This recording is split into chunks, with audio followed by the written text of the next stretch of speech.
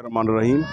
आज की ये तकरीब अल-खिदमत फाउंडेशन की जानिब से हमारी तहसील मीरपुर माथेलो में अदा की जा रही है और इसमें हम 150 से ज़ायद अफराद में राशन के पैकेट तकसीम करेंगे और उसके साथ साथ बाटा कंपनी की जानिब से जो इस सर्दी के मौसम में अपने बारिश मुतासर अफराद के लिए शूज़ भेजे गए हैं वो भी इंशाल्लाह हम तकसीम करेंगे और मच्छरदानी है। तकरीबन हमारा ये 5000 से ज़्यादा का ये पैकेज है, तो इंशाल्लाह इस मौके पर हम तकसीम करेंगे। और इस सिलसिले में जितने भी मुखय्यर हज़रात हैं मैं उनका सब शुक्रिया अदा करता हूँ जो इस सिलसिले में ताउन कर रहे हैं। और आने वाला वक्त जो सर्दियों का वक्त है उसमें इन लोगों को गर्म कपड़ों की और रज़ाइयों की ज़रूरत है।